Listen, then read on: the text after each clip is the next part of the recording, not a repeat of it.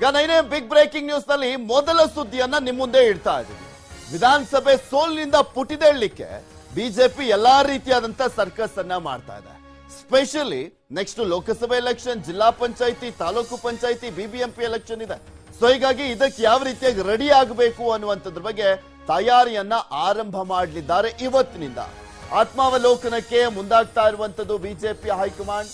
ರಾಜ್ಯಕ್ಕೆ ಬರ್ತಾ ಇದ್ದಾರೆ ಚುನಾವಣಾ ಉಸ್ತುವಾರಿಗಳು. ಇಂದ ವಿಧಾನಸಭೆ ಎಲೆಕ್ಷನ್ ಫೇಸ್ ಮಾಡುವಂತ ಹಿನ್ನೆಲೆಯಲ್ಲಿ ಚುನಾವಣಾ ಉಸ್ತುವಾರಿಗಳನ್ನು ನೇಮಕ ಮಾಡಲಾಗಿತ್ತಲ್ಲ, ಅವರು ಇವತ್ತು ಬರ್ತಾ ಇದ್ದಾರೆ. ಇಲ್ಲಿ ಪ್ರಮುಖವಾಗಿ ನೋಡೋದಾದ್ರೆ ಇಂದು ಅಥವಾ ನಾಳೆ ಆಗಮಿಸಲಿರುವಂತದ್ದು ಕೇಂದ್ರ ನಾಯಕರು. ವಿಧಾನಸಭೆ ಸೋಲಿನಿಂದ, ಆ ಸುಳಿಯಿಂದ ಹೊರಬರುವಂತ ನಿಟ್ಟಿನಲ್ಲಿ ಸರ್ಕಸ್ ಮಾಡ್ತಾ ಇದೆ ಬಿಜೆಪಿ. ಹೇಗಾದ್ರೂ ಮಾಡಿ ಮುಂದಿನ ಎಲೆಕ್ಷನ್ ಗಳನ್ನ ಗೆಲ್ಲಬೇಕು, ಬಿಜೆಪಿ ಶಕ್ತಿಯನ್ನ ತೋರಿಸಬೇಕು ಅನ್ನುವಂತ ನಿಟ್ಟಿನಲ್ಲಿ ಪ್ರಯತ್ನ ಪಡ್ತಾ ಇದ್ದಾರೆ. ಇಲ್ಲಿ ಪ್ರಮುಖವಾಗಿ ಇಂದು ಅಥವಾ ನಾಳೆ ಆಗಮಿಸಲಿರುವಂತದ್ದು ಕೇಂದ್ರ ನಾಯಕರು ಇವತ್ತು ಬರ್ತಾರೆ ಅಂತ ಹೇಳಲಾಗ್ತಾ ಇದೆ. ಕಾದ್ ನೋಡ್ಬೇಕು ಏನಾಗುತ್ತೆ ಅಂತ. ಸೋಲಿಗೆ ಏನೇನ್ ಕಾರಣಗಳು ಅನ್ನುವಂತ ನಿಟ್ಟಿನಲ್ಲಿ ಸೋತಂತ ಅಭ್ಯರ್ಥಿಗಳ ಜೊತೆನೂ ಕೂಡ ಚರ್ಚೆಯನ್ನ ಮಾಡಲಿದ್ದಾರೆ. ಅದರ ಜೊತೆಗೆ ಪ್ರಮುಖವಾದಂತ ಸವಾಲು ಬಿಜೆಪಿಗೆ ಇರುವಂತದ್ದು ಅಂದ್ರೆ ಇಲ್ಲಿ ವಿಪಕ್ಷ ನಾಯಕರನ್ನ ಆಯ್ಕೆ ಮಾಡಬೇಕಾಗಿರುವಂತದ್ದು. ಅದರ ಜೊತೆಗೆ ರಾಜ್ಯಾಧ್ಯಕ್ಷರ ಆಯ್ಕೆಯ ವಿಚಾರಕ್ಕೆ ಸಂಬಂಧಪಟ್ಟಂತನೂ ಕೂಡ ಚರ್ಚೆಯನ್ನ ಮಾಡಲಾಗತ್ತೆ. ಸೊ ನೋಡ್ಬೇಕು ಏನೇನೆಲ್ಲ ಚರ್ಚೆಗಳು ಆಗ್ತವೆ ಬಿಜೆಪಿಯಲ್ಲಿ ಅಂತ.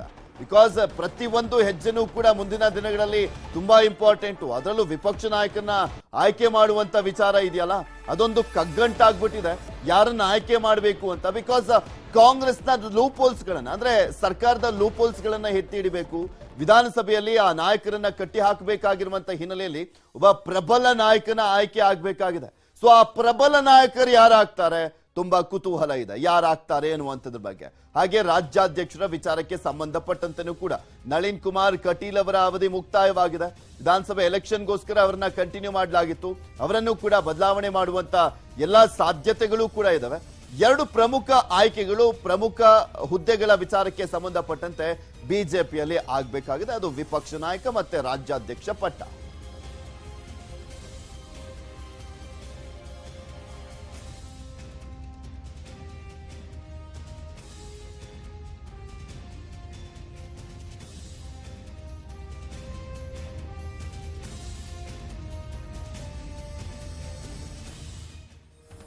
ಯಾವ್ಯಾವ ರೀತಿಯಾದಂತ ಸವಾಲುಗಳಿದ್ದಾವೆ ಅನ್ನುವಂಥದ್ದನ್ನ ನಿಮ್ಗೆ ಹೇಳ್ತಾ ಇದ್ವಿ. ಇಲ್ಲಿ ಬಿಜೆಪಿಗೆ ನೆಕ್ಸ್ಟ್ ಎಲೆಕ್ಷನ್ಗಳು ಒಂದರ ಮೇಲೆ ಒಂದು ಇರುವಂತ ಹಿನ್ನೆಲೆಯಲ್ಲಿ ಅದೆಲ್ಲದಕ್ಕೂ ಕೂಡ ವಾರ್ಫೀಲ್ಡ್ ರೀತಿಯಲ್ಲಿ ರೆಡಿ ಆಗ್ಬೇಕಾಗಿದೆ. ಸೈನಿಕರನ್ನ ರೆಡಿ ಮಾಡಬೇಕಾಗಿದೆ ಬಿಜೆಪಿ. ಅದರ ಸವಾಲುಗಳನ್ನ ಒಂದೊಂದಾಗಿ ಹೇಳ್ತಾ ಹೋಗ್ತೀನಿ. ಯಾವ ರೀತಿಯಾಗಿ ಬಿಜೆಪಿ ಮುಂದಿನ ದಿನಗಳಲ್ಲಿ ಫೇಸ್ ಮಾಡಬೇಕಾಗಿದೆ ಚುನಾವಣೆಗಳನ್ನ ಅಂತ. ಇಲ್ಲಿ 66 ಸ್ಥಾನಗಳಿಗೆ ಇಳಿಲಿಕ್ಕೆ ಏನ್ ಕಾರಣ? 40% ಆರೋಪಕ್ಕೆ ತಿರುಗೇಟನ್ನ ಯಾವ ರೀತಿಯಾಗಿ ನೀಡಲಾಯಿತು?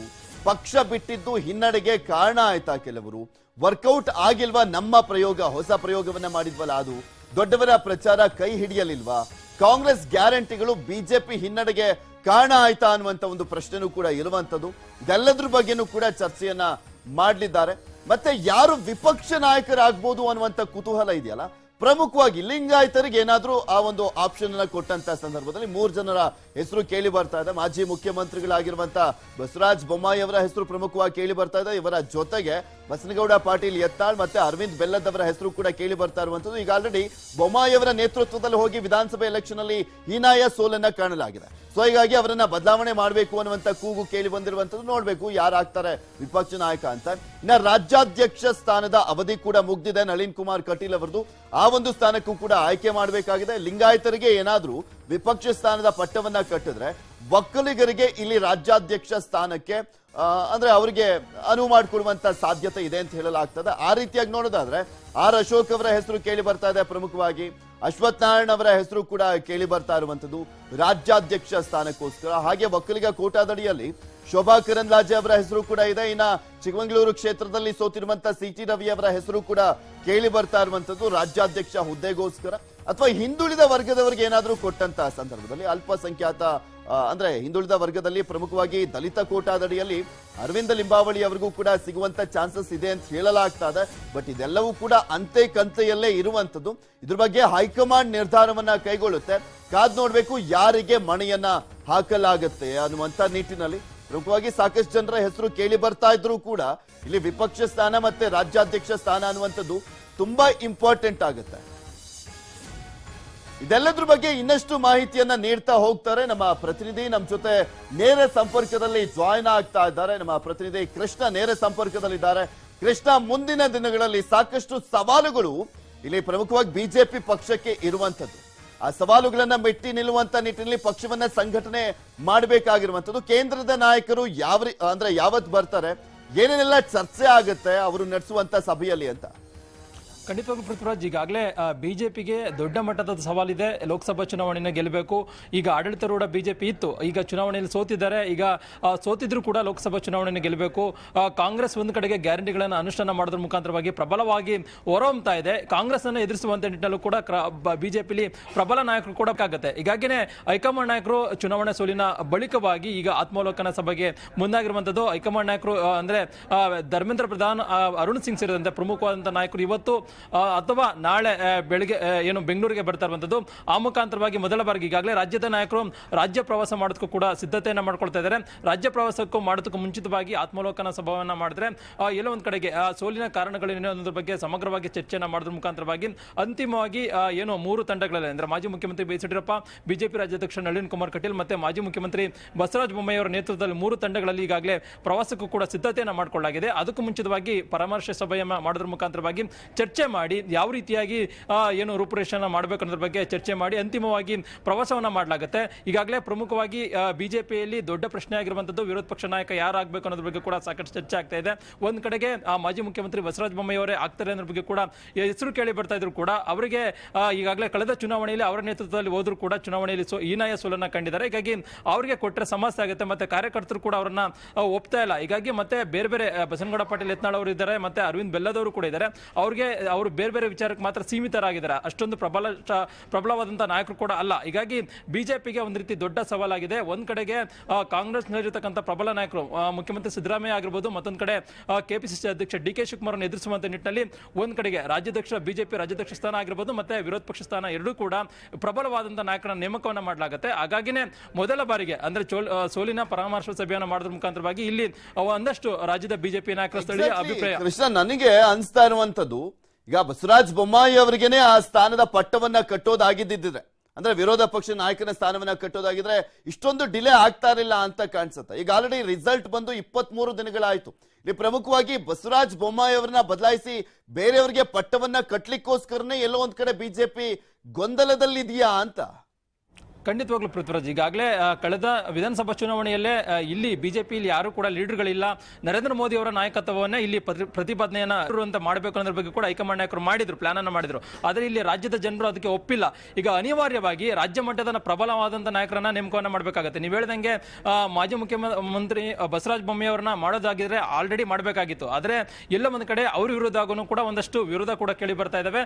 ಮತ್ತೆ ಬಿಜೆಪಿಯಲ್ಲೇನೆ ಬಸವರಾಜ ಬೊಮ್ಮಾಯಿ ಅವರನ್ನ ವಿರೋಧ ಪಕ್ಷ ನಾಯಕರನ್ನಾಗಿ ಮಾಡಬಾರ್ದು ಅನ್ನೋದ್ರ ಬಗ್ಗೆ ಕೂಡ ಸಾಕಷ್ಟು ದೂರುಗಳು ಹೈಕಮಾಂಡ್ಗೆ ಬರ್ತಾ ಇದಾವೆ. ಹೀಗಾಗಿ ಎಲ್ಲವೂ ಕೂಡ ಕೂಲಂಕಷವಾಗಿ ಚರ್ಚೆಯನ್ನ ಮಾಡೋದ್ರ ಮುಖಾಂತರವಾಗಿ ಯಾರನ್ನ ನೇಮಕವನ್ನ ಮಾಡಿದ್ರೆ ಅತ್ಯಂತ ಪ್ರಬಲವಾದಂತಹ ನಾಯಕರಾಗಿ ಹೊರಹೊಮ್ಮುತ್ತಾರೆ ಅನ್ನೋದ್ರ ಬಗ್ಗೆ ಕೂಡ ಹೈಕಮಾಂಡ್ ನಾಯಕರಿಗೂ ಕೂಡ ದೊಡ್ಡ ತಲೆನೋವಾಗಿದೆ. ಹಾಗಾಗಿನೇ ಈಗ ಮೊದಲು ಸೋಲಿನ ಆತ್ಮಾವಲೋಕನ ಸಭೆಯನ್ನ ಮಾಡೋದ್ರ ಮುಖಾಂತರವಾಗಿ ಸ್ಥಳೀಯ ಬಿಜೆಪಿ ನಾಯಕರ ಅಭಿಪ್ರಾಯವನ್ನು ಸಂಗ್ರಹ ಮಾಡುವಂತದ್ದು, ಆ ಮುಖಾಂತರವಾಗಿ ಯಾರಿಗೆ ನಾಯಕತ್ವವನ್ನ ಕೊಟ್ರೆ ಕಾಂಗ್ರೆಸ್ ಪಕ್ಷವನ್ನ ಎದುರಿಸಬಲ್ಲರು ಅನ್ನೋದ್ರ ಬಗ್ಗೆ ಕೂಡ ಚರ್ಚೆ ಮಾಡೋದಕ್ಕೆ ಮುಂದಾಗಿದ್ದಾರೆ. ಮೊದಲು ಸೋಲಿನ ಪರಾಮರ್ಶೆ ಸಭೆ ಆಗುತ್ತೆ. ಅದಾದ ಬಳಿಕವಾಗಿ ವಿರೋಧ ಪಕ್ಷ ನಾಯಕ ಯಾರು, ಆನಂತರವಾಗಿ ರಾಜ್ಯಾಧ್ಯಕ್ಷ ಸ್ಥಾನ ಯಾರು ಅನ್ನೋದ್ರ ಬಗ್ಗೆ ನೇಮಕ ಆಗುತ್ತೆ. ಇನ್ನು ಜುಲೈನಲ್ಲಿ ವಿಧಾನಸಭಾ ಅಧಿವೇಶನ ಕೂಡ ಬರ್ತಾ ಇದೆ. ಅಧಿವೇಶನದ ಒಳಗಡೆ 2 ಸ್ಥಾನವನ್ನು ತುಂಬಬೇಕಾಗುತ್ತೆ. ಈಗಾಗಲೇ ರಾಜ್ಯಾಧ್ಯಕ್ಷರ ಅವಧಿ ಕೂಡ ಮುಕ್ತಾಯ ಆಗಿದೆ. ಎಲ್ಲ ಒಂದ್ ಕಡೆಗೆ ಒಕ್ಕಲಿಗರಿಗೆ ರಾಜ್ಯಾಧ್ಯಕ್ಷ ಸ್ಥಾನ ಆಗಿರ್ಬೋದು, ಮತ್ತೆ ವಿರೋಧ ಪಕ್ಷ ಸ್ಥಾನವನ್ನ ಲಿಂಗಾಯತರಿಗೆ ಕೊಡಬೇಕು ಅನ್ನೋದ್ರ ಕೂಡ ಬಿಜೆಪಿ ವಲಯದಲ್ಲಿ ಚರ್ಚೆ ಆಗ್ತಾ ಇದೆ. ಹೀಗಾಗಿ ಬಸವರಾಜ ಬೊಮ್ಮಾಯಿ ಅವರೇ ನೇಮಕ ಆಗ್ತಾರ ಅಥವಾ ಬೇರೊಬ್ರು ನೇಮಕ ಆಗ್ತಾರ ಕೂಡ ಸಾಕಷ್ಟು ಚರ್ಚೆ ಆಗ್ತಾ ಇದೆ. ಅದೆಲ್ಲದಕ್ಕೂ ಕೂಡ ಹೈಕಮಾಂಡ್ ನಾಯಕರು ಯಾವಾಗ ರಾಜ್ಯಕ್ಕೆ ಬರ್ತಾರೆ ಅದಕ್ಕೆ ಸಭೆಯನ್ನ ಮಾಡಿದಂತ ಸಂದರ್ಭದಲ್ಲಿ ಒಂದ್ ರೀತಿ 2 ಸ್ಥಾನಗಳಿಗೆ ಯಾರು ನೇಮಕ ಆಗುತ್ತೆ ಅನ್ನೋದ್ರ ಬಗ್ಗೆ ಸ್ಪಷ್ಟವಾದಂತಹ ಚಿತ್ರಣ ಸಿಗುತ್ತೆ. Prithviraj, okay, thank you Krishna. ನಿಮ್ಮೆಲ್ಲ ಮಾಹಿತಿಗಾಗಿ ಕಾದ್ ನೋಡ್ಬೇಕು ಏನಾಗುತ್ತೆ ಅಂತ. ಬಿಕಾಸ್ ವಿರೋಧ ಪಕ್ಷ ನಾಯಕನ ಸ್ಥಾನ ಮತ್ತೆ ರಾಜ್ಯಾಧ್ಯಕ್ಷ ಸ್ಥಾನ ಅನ್ನುವಂಥದ್ದು ಮುಂದಿನ ದಿನಗಳಲ್ಲಿ ಪಕ್ಷ ಸಂಘಟನೆ ಮಾಡುವಂತ ನಿಟ್ಟಿನಲ್ಲಿ, ಹಾಗೆ ಆಡಳಿತ ಪಕ್ಷವನ್ನ ಕಟ್ಟಿ ಹಾಕುವಂತ ನಿಟ್ಟಿನಲ್ಲಿ ತುಂಬಾ ಇಂಪಾರ್ಟೆಂಟ್ ಆಗುತ್ತೆ. ಕಾದ್ ನೋಡೋಣ ಯಾರು ಆಗ್ತಾರೆ ಅಂತ. ಈಗ ಮುಂದಿನ ಸುದ್ದಿಗೋಣ. ಈ ಪ್ರಮುಖವಾಗಿ ಸಾಕಷ್ಟು ಪ್ರಶ್ನೆಗಳಿದ್ದಂತ ವಿಚಾರಗಳು, ವಾಹನ ಸವಾರರಿಗೆ ಹೊಸ ರೂಲ್ಸ್ ಅನ್ನ ಜಾರಿ ಮಾಡುವಂತ ಸಾಧ್ಯತೆ ದಟ್ಟವಾಗಿದೆ. ಆ ಹೊಸ ರೂಲ್ಸ್ ಏನು ಅನ್ನುವಂಥದ್ರ ಬಗ್ಗೆ ನಿಮ್ಗೆ ಹೇಳ್ತಾ ಹೋಗ್ತೀವಿ. ಇಲ್ಲಿ ಪ್ರಮುಖವಾಗಿ ನಾವು ಗಮನಿಸೋದಾದ್ರೆ ಸಾಕಷ್ಟು ರೀತಿಯಾದಂತ ಪ್ರಶ್ನೆಗಳಿದ್ವು. ಟ್ರಾಫಿಕ್ ವಿಚಾರಕ್ಕೆ ಸಂಬಂಧಪಟ್ಟಂತೆ ಅದನ್ನ ಕಂಟ್ರೋಲ್ ಮಾಡುವಂತ ನಿಟ್ಟಿನಲ್ಲಿ ಟ್ರಾಫಿಕ್ ರೂಲ್ಸ್ ಅನ್ನ ಬ್ರೇಕ್ ಮಾಡ್ತಿದ್ದೀರಾ, ಹಾಗಾದ್ರೆ ಎಚ್ಚರಿಕೆಯಿಂದ ಇರಬೇಕಾಗುತ್ತೆ ನೀವು. ಏನಾ ವಿಚಾರ ಅಂತ ಹೇಳ್ತಾ ಹೋಗ್ತೀವಿ. ಇನ್ಮೇಲೆ ದಂಡದ ಜೊತೆ ಕ್ರಿಮಿನಲ್ ಕೇಸ್ ಕೂಡ ಬೀಳುತ್ತೆ. ಪ್ರಮುಖ ವೃತ್ತ, ಮುಖ್ಯ ರಸ್ತೆ, ಸಿಗ್ನಲ್ಗಳಲ್ಲಿ ಹೈಟೆಕ್ ಕ್ಯಾಮೆರಾಗಳನ್ನ ಈಗ ಆಲ್ರೆಡಿ ಅಳವಡಿಸಲಾಗಿದೆ.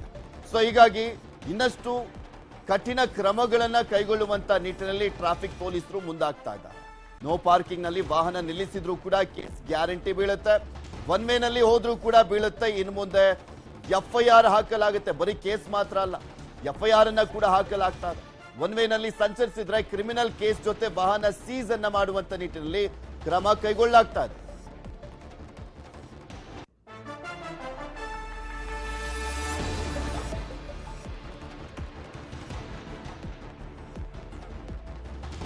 ನಾನಾ ರೀತಿಯಾದಂತ ಕ್ರಮಗಳನ್ನ ಕೈಗೊಳ್ಳುವಂತ ನಿಟ್ಟಿನಲ್ಲಿ, ಯಾಕೆಂದ್ರೆ ಸಾಕಷ್ಟು ಅಪಘಾತ ಪ್ರಕರಣಗಳು ವರದಿ ಆಗ್ತಾ ಇರುವಂತ ಹಿನ್ನೆಲೆಯಲ್ಲಿ, ಸ್ಪೆಷಲಿ ಒನ್ ವೇ ನಲ್ಲಿ ಬಂದಂತ ಟೈಮ್ ನಲ್ಲಿ ಅಪಘಾತ ಪ್ರಕರಣಗಳು ವರದಿ ಆಗ್ತಾ ಇರುವಂತ ಹಿನ್ನೆಲೆಯಲ್ಲಿ ಅಲ್ಲಿ ಇನ್ನಷ್ಟು ಕಠಿಣ ಕ್ರಮ ಕೈಗೊಂಡ್ರೆ ಈ ಅಪಘಾತಗಳನ್ನ ತಪ್ಪಿಸಬಹುದು ಅನ್ನುವಂತ ಲೆಕ್ಕಾಚಾರ ಅಂತ ಕಾಣಿಸುತ್ತೆ. ಸೊ ಹೀಗಾಗಿ ಒನ್ ವೇ ನಲ್ಲಿ ಬಂದಂತ ಟೈಮ್ ನಲ್ಲಿ ಬರೀ ಕೇಸ್ ಹಾಕೋದು ಮಾತ್ರ ಅಲ್ಲ, ದಂಡ ಕಟ್ಸ್ಕೊಳ್ಳೋದು ಮಾತ್ರ ಅಲ್ಲ, FIR ಅನ್ನ ಕೂಡ ಹಾಕುವಂತ ನಿಟ್ಟಿನಲ್ಲಿ ಕ್ರಮ ಕೈಗೊಳ್ಳಿಕ್ಕೆ ಟ್ರಾಫಿಕ್ ಪೊಲೀಸರು ಮುಂದಾಗ್ತಾ ಇದ್ದಾರೆ. ಇತ್ತೀಚಿನ ದಿನಗಳಲ್ಲಿ ಬೆಂಗಳೂರಿನಲ್ಲಿ ಅಶಿಸ್ತಿನ ಚಾಲನೆ ನಡೀತಾ ಇದ್ದಿದ್ದು ಹೆಚ್ಚಾಗಿದ್ದು. ಏನು ವಾಹನ ಸಾಗಣಕ್ಕೆ ಒಂದು ಕ್ಯಾರೇಜ್ ವೇ ಇರುತ್ತೆ, ಅದರ ವಿರುದ್ಧವಾಗಿ ಚಾಲನೆಯನ್ನು ಮತ್ತು ರಸ್ತೆಯಲ್ಲಿ ಇಲ್ಲಿಗಲ್ ಪಾರ್ಕಿಂಗ್ ಮಾಡೋಂಥದ್ದು, ಲೈನ್ ಆಫ್ ನ್ಯಾವಿಗೇಷನ್ಗೆ ಅಬ್ಸ್ಟ್ರಕ್ಷನ್ ಮಾಡೋಂಥದ್ದು ಹೆಚ್ಚಾಗುತ್ತಿದ್ದು. ಆ ನಿಟ್ಟಿನಲ್ಲಿ ನಾವು ಯಾರು ಅಗೇನ್ಸ್ಟ್ ಒನ್ ವೇ ಮತ್ತು against the flow of traffic ಬರ್ತಾರೆ ಅವ್ರ ವಿರುದ್ಧ ನಾವು ಅವ್ರ ಕ್ರಿಮಿನಲ್ ಕೇಸನ್ನು ದಾಖಲೆ ಮಾಡ್ತಾಯಿದ್ದೀವಿ ಸೆಕ್ಷನ್ 283 ಅಡಿಯಲ್ಲಿ. ಮತ್ತು ಆ ವೆಹಿಕಲನ್ನು ಸೀಸ್ ಮಾಡ್ತಾಯಿದ್ದೀವಿ. ಅದಲ್ಲದೆ ಯಾರು ಫುಟ್ಪಾತ್ ರೈಡಿಂಗ್ ಮಾಡ್ತಾರೆ ಅಂಥವ್ರ ಮೇಲೂ ನಾವು ಕ್ರಮನ ಜರುಗಿಸ್ತಾ ಇದ್ದೀವಿ. ಫೈನ್ ಆಗುತ್ತೆ. ಈಗ ಅದು ಬಿಟ್ಟರೆ ಇನ್ನೇನು ಆ ರೀತಿಯ ಒಂದು ಬ್ಲ್ಯಾಕ್ ಮಾರ್ಕ್ ಅಥವಾ ಇತ್ಯಾದಿ ಆಗೋಂಥದ್ದಲ್ಲ. ಬಟ್ ಡೆಫಿನೆಟ್ಲಿ ಮುಂದಿನ ದಿನಗಳಲ್ಲಿ ಈ ಥರ ಮಾಡೋರ ವಿರುದ್ಧ ಲೈಸೆನ್ಸ್ ಕ್ಯಾನ್ಸಲೇಷನ್ ಇತ್ಯಾದಿ ಮಾಡೋದಕ್ಕೆ ನಮಗೊಂದು ರೆಕಾರ್ಡ್ ಇರುತ್ತೆ.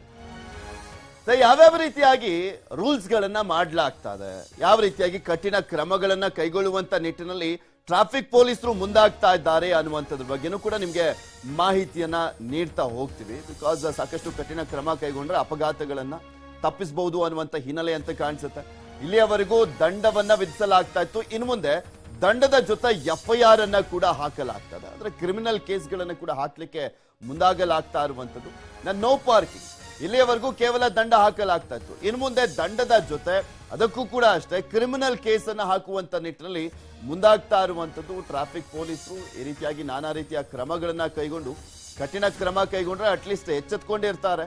ಸೊ ಈ ಅಪಘಾತಗಳಾಗಿರ್ಬೋದು, ಆಗಬಹುದಾದಂತ ಕೆಲವೊಂದು ಪ್ರಕರಣಗಳನ್ನ ತಪ್ಪಿಸಬಹುದು ಅಂತ. ಇಲ್ಲಿಯವರೆಗೂ ಕೂಡ ಬರೀ ಈ ಪ್ರಕರಣಗಳು ದಾಖಲಾದಂತ ಸಂದರ್ಭದಲ್ಲಿ ದಂಡವನ್ನ ಮಾತ್ರ ಹಾಕಲಾಗ್ತಾ ಇತ್ತು.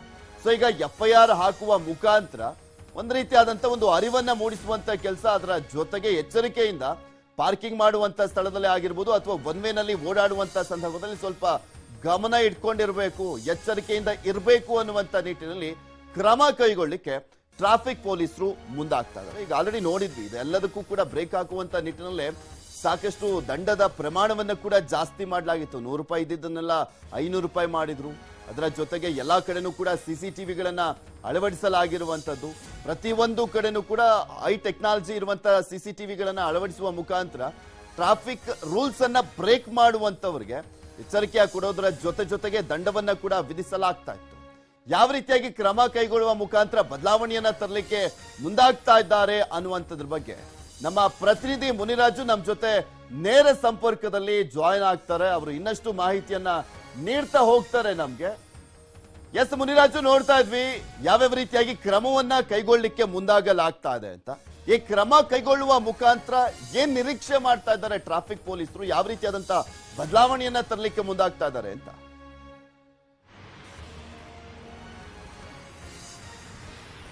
ಪೃಥ್ವಿ, ಏನು ಇಷ್ಟು ದಿನ ಬೆಂಗಳೂರಿನಲ್ಲಿ ಟ್ರಾಫಿಕ್ ರೂಲ್ಸ್ ಅನ್ನ ವೈಲೇಷನ್ ಮಾಡಿದ್ರೆ ಒಂದು ಭಾರಿ ಪ್ರಮಾಣದಲ್ಲಿ ಒಂದು ದಂಡವನ್ನ ಪ್ರಯೋಗವನ್ನ ಮಾಡ್ತಾ ಇದ್ರು. ಏನು ಯಾರಾದರೂ ಟ್ರಾಫಿಕ್ ರೂಲ್ಸ್ ವೈಲೇಷನ್ ಮಾಡಿದಾಗ ಅವ್ರ ಮೇಲೆ ಒಂದು ದಂಡವನ್ನ ಕಟ್ಟೋ ಮುಖಾಂತರ ಅವರಿಗೆ ಒಂದು ಎಚ್ಚರಿಕೆಯನ್ನ ಕೊಡ್ತಾ ಇದ್ರು. ಮತ್ತೆ ಈ ಸಲುವಾಗಿ ಸಾಕಷ್ಟು ಕಡೆ ಒಂದು ಫೈನ್ಗಳನ್ನ ಕಲೆಕ್ಟ್ ಮಾಡಿ ವಾಹನ ಸವಾರರು ಬೆಂಗಳೂರಿನಲ್ಲಿ ಒಂದು ರೂಲ್ಸ್ ಬ್ರೇಕ್ ಮಾಡೋದಕ್ಕೆ ಕಡಿವಾಣ ಹಾಕೋದಕ್ಕೆ ಸಂಚಾರಿ ಪೊಲೀಸರು ಸಾಕಷ್ಟು ಪ್ರಯತ್ನವನ್ನು ಪಟ್ಟಿದ್ರು. ಆದ್ರೆ ಎಷ್ಟೇ ಆದ್ರೂ ಸಹ ಕೆಲವು ಕಡೆ ಇನ್ನೂ ರೂಲ್ಸ್ ಬ್ರೇಕ್ ನಡೀತಲೇ ಇದೆ. ಮತ್ತೆ ಇದರಿಂದ ಅಪಘಾತಗಳು ಸಹ ನಗರದಲ್ಲಿ ಹೆಚ್ಚಾಗ್ತಾ ಇರೋದ್ರಿಂದ ಅದಕ್ಕೆ ಏನಾದ್ರೂ ಮಾಡಿ ಕಡಿವಾಣ ಹಾಕ್ಲೇಬೇಕು, ಮತ್ತೆ ವಾಹನ ಸವಾರರಿಗೆ ಒಂದು ಕಟ್ಟುನಿಟ್ಟಿನ ಸಂದೇಶ ಕೊಡಬೇಕು ಅಂತೇಳಿ ಈಗ ಟ್ರಾಫಿಕ್ ಪೊಲೀಸರು ಒಂದು ಪ್ರಯೋಗಕ್ಕೆ ಮುಂದಾಗ್ತಾ ಇದ್ದಾರೆ. ಅದು ಈ ಬಾರಿ ಯಾರಾದ್ರೂ ವಾಹನ ಸವಾರರು ಒಂದು ರೂಲ್ಸ್ ಅನ್ನ ಬ್ರೇಕ್ ಮಾಡಿ ಮುಂದುವರೆದಿದೆ ಆದ್ರೆ ಅವ್ರ ಮೇಲೆ ಒಂದು FIR ಅನ್ನು ಮಾಡುವಂತ ಕೆಲಸಕ್ಕೂ ಸಹ ಈಗ ಪೊಲೀಸರು ಮುಂದಾಗ್ತಾ ಇದ್ದಾರೆ. ಏನು IPC ಸೆಕ್ಷನ್ 283 ಅಡಿಯಲ್ಲಿ FIR ಅನ್ನ ದಾಖಲು ಮಾಡಿ ಅವ್ರ ಮೇಲೆ ಒಂದು ಕ್ರಿಮಿನಲ್ ಕೇಸ್ ಹಾಕೋದಕ್ಕೂ ಸಹ ಈಗ ಸಂಚಾರಿ ಪೊಲೀಸರು ಒಂದು ಹೊಸ ಪ್ಲಾನ್ ಅನ್ನ ಮಾಡ್ಕೊಂಡಿದ್ದಾರೆ. ಈಗಾಗಲೇ ಏನು ಇದು ಪ್ರಮುಖವಾಗಿ ಒನ್ ವೇಯಲ್ಲಿ ಯಾರು ಬೈಕ್ ಅಥವಾ ಕಾರ್ಗಳನ್ನು ಚಲಾಯಿಸ್ತಾರೆ ಅಂತವ್ರ ಮೇಲೆ ಕೇಸನ್ನ ಹಾಕ್ತಾರೆ. ಮತ್ತೆ ನೋ ಪಾರ್ಕಿಂಗ್ ಏರಿಯಾಗಳಲ್ಲಿ ಪಾರ್ಕ್ ಮಾಡೋದಿರ್ಬೋದು, ಮತ್ತೆ ರಸ್ತೆಗಳಲ್ಲಿ ರ್ಯಾಶ್ ಡ್ರೈವಿಂಗ್ ಯಾರು ಮಾಡ್ತಾರೆ ಅವ್ರ ಮೇಲೆ ಒಂದು ಕ್ರಿಮಿನಲ್ ಅನ್ನ ಕೇಸ್ ಅನ್ನ ಹಾಕೋ ಮುಖಾಂತರ ಅವರ ವೆಹಿಕಲ್ ಅನ್ನ ಸೀಸ್ ಮಾಡೋದಕ್ಕೆ ಈಗ ಸಂಚಾರಿ ಪೊಲೀಸರು ಒಂದು ಹೊಸ ಯೋಜನೆ ರೂಪಿಸಿಕೊಂಡಿರೋದು. ಬಹುಶಃ ಅದು ಆದಷ್ಟು ಬೇಗ ಈಗಾಗಲೇ ಕೆಲವು ಪೊಲೀಸ್ ಠಾಣೆ ವ್ಯಾಪ್ತಿಯಲ್ಲಿ ಈಗಾಗಲೇ ಕೇಸ್ ಹಾಕುವಂತ ಕೆಲಸವನ್ನು ಸಹ ಮಾಡ್ತಾ ಇದ್ದಾರೆ. ಇದನ್ನ ಇಡೀ ನಗರದಲ್ಲೂ ಸಹ ಇದನ್ನ ಇಂಪ್ಲಿಮೆಂಟ್ ಮಾಡೋದಕ್ಕೆ ಈಗ ಸಂಚಾರಿ ಪೊಲೀಸರು ಸಹ ಮುಂದಾಗ್ತಾ ಇರೋದು. ಯಾಕಂದ್ರೆ ವಾಹನ ಸವಾರರಿಗೆ ಕೆಲವು ಬಾರಿ ಸಾಕಷ್ಟು ಸೂಚನೆ ಮತ್ತೆ ಎಚ್ಚರಿಕೆಗಳನ್ನ ಕೊಡ್ತಾರೆ, ಮತ್ತೆ ಅವರಿಗೆ ಜಾಗೃತಿ ಮೂಡಿಸುವಂತ ಕೆಲಸವನ್ನು ಸಹ ಸಂಚಾರಿ ಪೊಲೀಸರು ಮಾಡ್ತಾರೆ. ಎಷ್ಟೇ ಅರಿವು ಮೂಡಿಸಿದ್ರು ಸಹ ವಾಹನ ಸವಾರರು ಕೆಲವು ಕಡೆ ಟ್ರಾಫಿಕ್ ರೂಲ್ಸ್ ಅನ್ನ ವೈಲೇಟ್ ಮಾಡಿ ತಮ್ಮ ಪಾಡಿಗೆ ತಾವು ಓಡಾಡುವಂತ ದೃಶ್ಯಗಳು ಸಹ ಕಂಡು ಬರುತ್ತೆ. ಮತ್ತೆ ಇದರಿಂದ ಅಪಘಾತಗಳು ಸಹ ನಗರದಲ್ಲಿ ಹೆಚ್ಚಾಗ್ತಿರೋದು. ಏನು ಕೆಲವು ಸಂದರ್ಭದಲ್ಲಿ ಎದುರು ಬರುವಂತ ವಾಹನ ಸವಾರರು ಕರೆಕ್ಟ್ ಆಗಿ ಹೋದ್ರು, ಮತ್ತೆ ಆಪೋಸಿಟ್ ನಲ್ಲಿ ಯಾರು ಬರ್ತಾರೆ ಒನ್ ವೇಗಳಲ್ಲಿ, ಇದರಿಂದ ಅಪಘಾತಗಳು ಹೆಚ್ಚಾಗ್ತಿದೆ, ಮತ್ತೆ ಏನು ಬೇರೆ ಪ್ರಯಾಣಿಕರಿಗೆ ತೊಂದರೆಗಳು ಆಗ್ತಾ ಇದೆ ಅಂತೇಳಿ ಈಗ ಸಂಚಾರಿ ಪೊಲೀಸರು ಇದನ್ನ ತಡೆಯೋದ್ರ ಸಲುವಾಗಿ ಈಗ ಒಂದು FIR ದಾಖಲು ಮಾಡುವಂತ ಕೆಲಸಕ್ಕೆ ಮುಂದಾಗ್ತಾರೆ. ಬಹುಶಃ ಇದು ಎಷ್ಟರ ಮಟ್ಟಿಗೆ ಸಾರ್ವಜನಿಕರ ಮೇಲೆ ಪರಿಣಾಮ ಬೀರುತ್ತೆ, ಮತ್ತೆ ಇದರಿಂದ ಏನಾದ್ರೂ ವಾಹನ ಸವಾರರು ಎಚ್ಚೆತ್ಕೊಂಡು ಮತ್ತೆ ರೂಲ್ಸ್ ಅನ್ನ ಫಾಲೋ ಮಾಡ್ತಾರಾ ಇಲ್ವಾ ಅನ್ನೋದು ಮುಂದಿನ ದಿನಗಳಲ್ಲಿ ಗೊತ್ತಾಗುತ್ತೆ. ಪೃಥ್ವಿ, ಥ್ಯಾಂಕ್ ಯು ಮುನಿರಾಜು, ನೀವೆಲ್ಲ ಮಾಹಿತಿಗಾಗಿ. ನೋಡೋಣ ಈ ಬದಲಾವಣೆಯ ಮುಖಾಂತರ ಯಾವ ರೀತಿಯಾಗಿ ಈ ಕ್ರಮಗಳನ್ನ ಕೈಗೊಳ್ಳುವ ಮುಖಾಂತರ ಬದಲಾವಣೆಗಳು ಯಶಸ್ವಿ ಆಗ್ತವೆ ಅನ್ನುವಂಥದ್ದನ್ನ.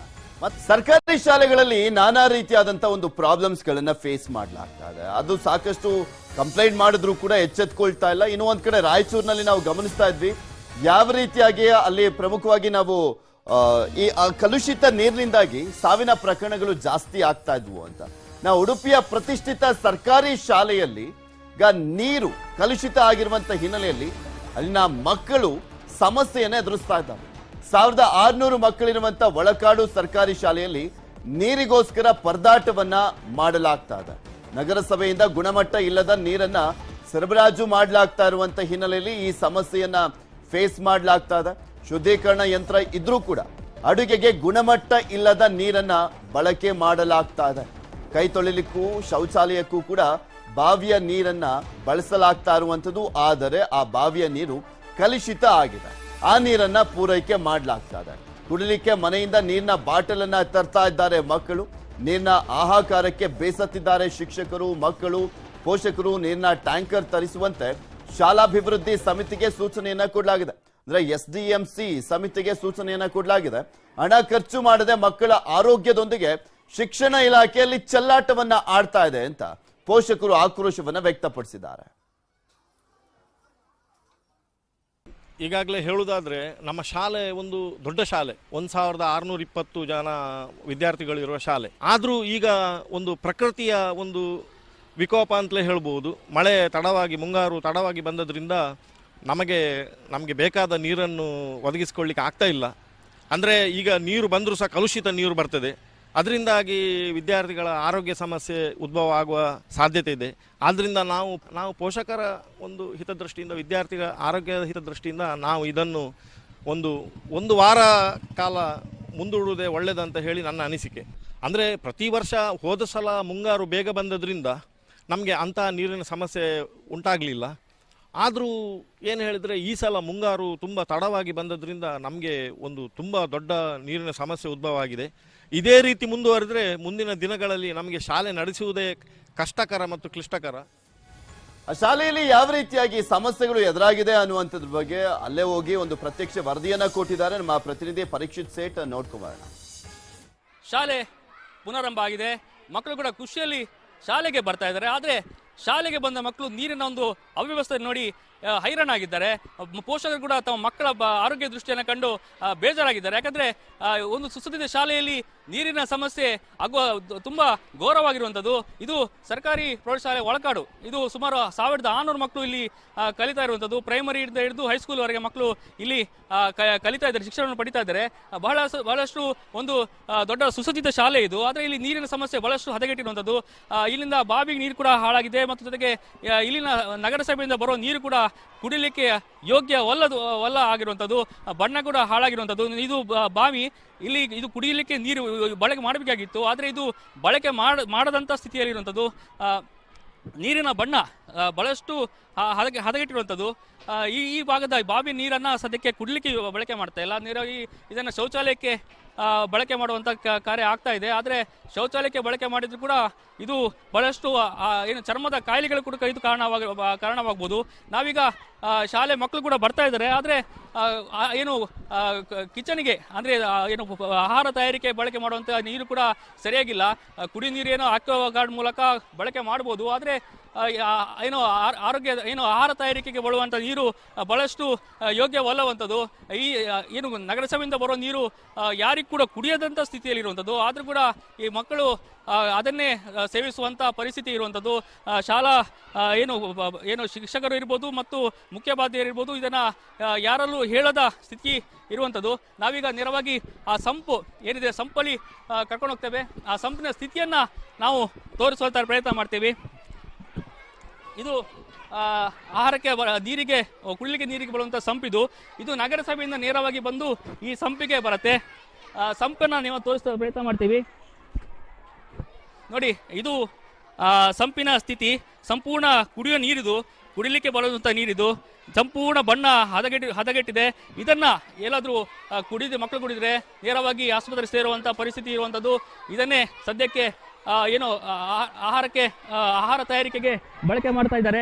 ಇದು ಈ ಒಂದು ದೊಡ್ಡ ಶಾಲೆಯ ಸ್ಥಿತಿ. ಸರ್ಕಾರಿ ಶಾಲೆಗೆ ಮಕ್ಕಳು ಬರಬೇಕು, ಮಕ್ಕಳು ಓದಬೇಕು ಮತ್ತು ಅಂತ ಮಾತನ್ನ ಸರ್ಕಾರ ಹೇಳ್ಕೊಂಡು ಬರ್ತಾ ಇದೆ. ಆದರೆ ಶಿಕ್ಷಣ ಇಲಾಖೆ ಇಲ್ಲಿ ಏನು ಮಾಡ್ತಿದೆ ಅನ್ನುವಂಥ ದೊಡ್ಡ ಪ್ರಶ್ನೆ ಇಲ್ಲಿ ಉದ್ಭವವಾಗಿರುವಂಥದ್ದು. ಶಿಕ್ಷಣ ಇಲಾಖೆ ಕುಡಿಯುವ ಟ್ಯಾಂಕರ್ ಕೂಡ ನೀರನ್ನು ಒದಗಿಸ್ತಾ ಇಲ್ಲ, ನೇರವಾಗಿ ಶಾಲೆಗಳ ಮುಖ್ಯೋಪಾಧ್ಯಾಯರ ಮೇಲೆ ಹಾಕ್ತಾ ಇದೆ. ಆದರೆ ಮುಖ್ಯೋಪಾಧ್ಯಾಯರು ಎಷ್ಟಂತ ಭರಿಸ್ತಾರೆ ಅನ್ನುವಂಥ ಮಾತು ಕೂಡ ಕೇಳಿ ಬರುವಂಥದ್ದು. ಆದಷ್ಟು ಬೇಗ ಶಿಕ್ಷಣ ಇಲಾಖೆ BO ಆಗಿರ್ಬೋದು, ಜಿಲ್ಲಾಡಳಿತ ಇರ್ಬೋದು, ಆದಷ್ಟು ಬೇಗ ಈ ಶಾಲೆಗೆ ಬಂದು ಸಂಪಿನ ನೀರಿರ್ಬೋದು ಮತ್ತು ಬಾವಿ ನೀರನ್ನು ಶುದ್ಧೀಕರಿಸುವ ಕಾರ್ಯ ಆಗಬೇಕಾಗಿದೆ.